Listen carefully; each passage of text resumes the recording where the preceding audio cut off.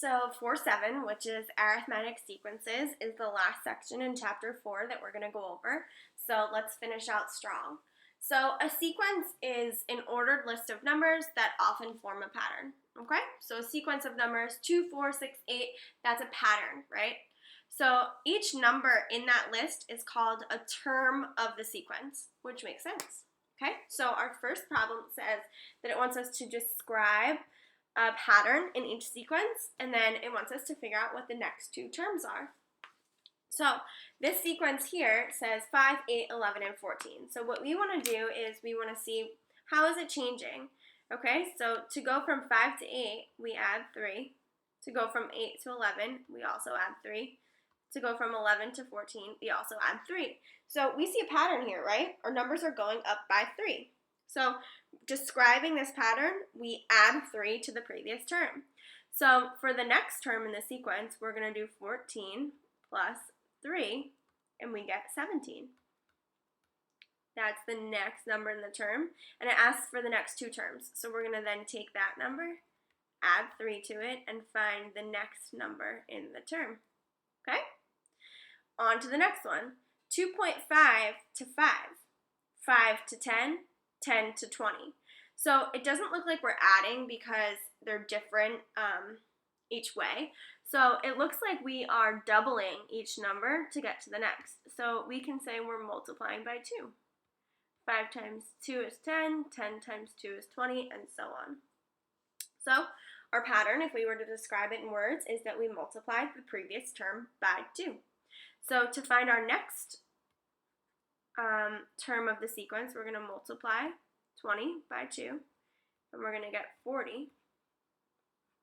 And if we want to find the next one, we're going to take that term, multiply it by 2, and we end up with 80. Okay? So hopefully that wasn't too bad, and we're going to move on. So in order for something to be an arithmetic sequence, the difference between the numbers has to be constant, okay? So we want to make sure that when we're moving from one term to the second, and the second to the third, and the third to the fourth, if those numbers are constant, if we're adding the same amount each time, it's called an arithmetic sequence.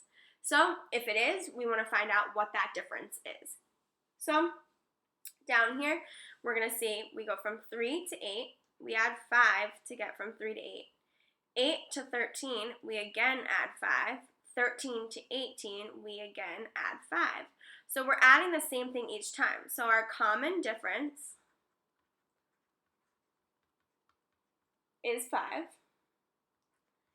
We have a common difference of 5, and this is yes. This is an arithmetic. Oh, I definitely did not spell that right.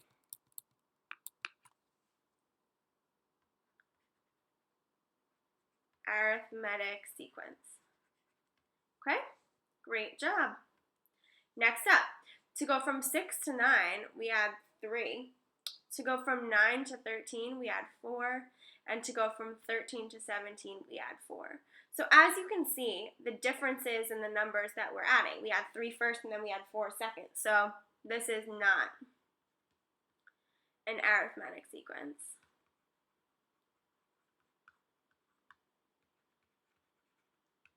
Okay? Do we see the difference? We add the same number over here. We are adding different numbers over here. On the left, we do have an arithmetic sequence. On the right, we do not.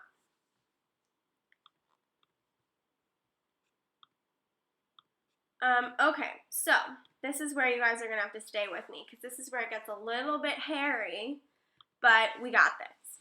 So rather than just listing out all of these numbers, we can come up with something called a recursive formula, which represents the situation and the sequence using a formula.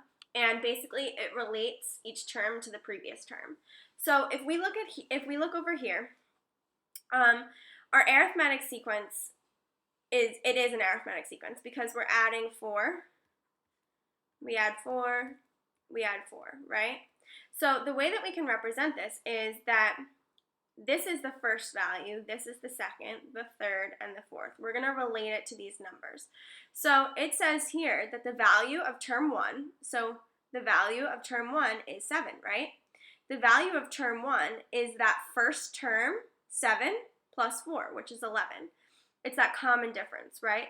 So the third term equals the second term plus 4, which is exactly what we had described up here. We're just creating an arithmetic sequence, a recursive formula to represent that. So down here, this is what the recursive formula actually says. So it says that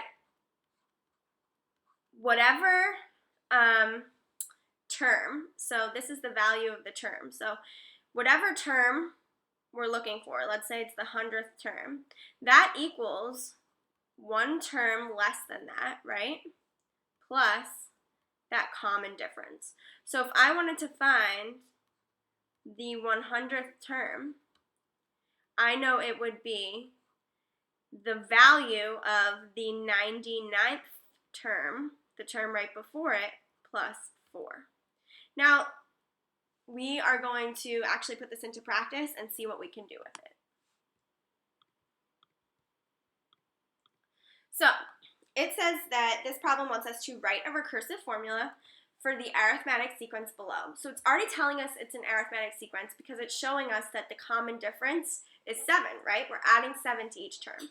So we are going to create this recursive formula. So up here, we are going to take our first term. So this is our first term, second, third, and fourth, right? So the value of our first term is 70. We know that. The value of our second term is our first term plus our common difference, which is 7. Our first term was 70 plus 7, we get 77. Our third term, is our second term plus 7, which is 84. Our fourth term, I know this gets redundant, is our third term plus 7, which is 91. Now it wants us to find this 8th term, so I'm going to go all the way down to 8. I know it's a lot. We're going to come up with a better way to do this on the next page. So we know that our 5th term is our 4th term plus 7, so we get 91 plus 7, which is 98. Our 6th term is our 5th term plus 7, which is 105. Our 7th, only 2 more, we got this, is going to be our 6th term plus 7, which is 105 plus 7, which is 112. And then that 8th term is our 7th term plus 7, which is 112 plus 7, which is 119. So that's our 8th term. Now, it wants us to write that recursive formula. So now we can just set this up in a generic formula. So our nth term, whatever term we decide, equals the term before it, so the term of n minus 1, plus that common difference of 7. So that's our recursive formula. And once we followed it down, our 8th term was 119. Okay? So I understand that that was tedious, right? We don't want to have to do that every time. If I said, what was the 100th term, you're not going to sit there and add 7 100 times. That's crazy.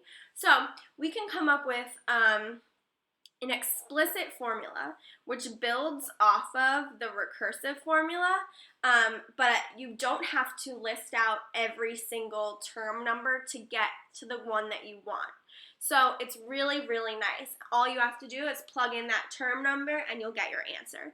So the way that this is set up is it is the same way as before. So the value of the nth term, whatever that might be, equals the value of the first term plus the nth term number minus 1 times the common difference. So it will make more sense once we actually do this problem, but that is the way that the formula is set up. Okay? So this situation says that the first bid at an online auction was $200. So the first bid, that means that the first term was 200, right? It says the second bid was 210, the third 220, the fourth 230. So if I just write this over here, it's our first term was 200, then we go to 210, then we go to 220, then we go to 230. What is our common difference? Well, it's plus 10 every single time. So plus 10 equals our D, our common difference in our equation. Okay? So it wants us to write an explicit formula to represent the bids as an arithmetic sequence. So this is what we're going to do. So the explicit formula is right here. So we have A of n, so that's whatever term we're talking about, equals our first term, which is 200, plus the nth term number minus 1 times D, our common difference, times 10. That is our explicit formula, okay?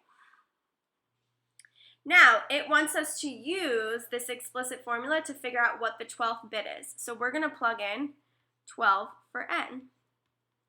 So we get 200 plus 12 minus 1 times 10. This equals 200 plus 11 times 10. That equals 200 plus 11 times 10, which is 110. When you add them together, you get 310. Now that means the 12th bid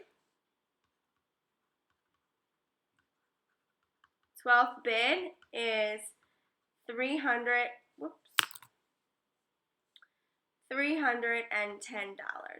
That was way easier than writing out the second bid, the third bid, the fourth, the fifth, the sixth, all the way to the 12th bid to figure it out. It makes sense to put the time in to write this explicit formula. That's all I got for you guys. Please come with questions. I'll be happy to answer them.